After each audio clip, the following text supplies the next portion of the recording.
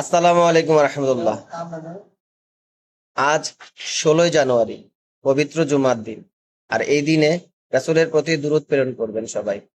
রাসূল সাল্লাল্লাহু আলাইহি সাল্লামের প্রতি দুরূদ প্রেরণ করলে আল্লাহ তাআলা অনেক অনেক বিপদ থেকে আমাদেরকে উদ্ধার করে। তার প্রমাণ আমরা মুসলমান জাতি পেয়েছি। তাই আমরা বলবো, সবাই এই জুমার দিনে রাসূলের প্রতি দুরূদ প্রেরণ করবেন।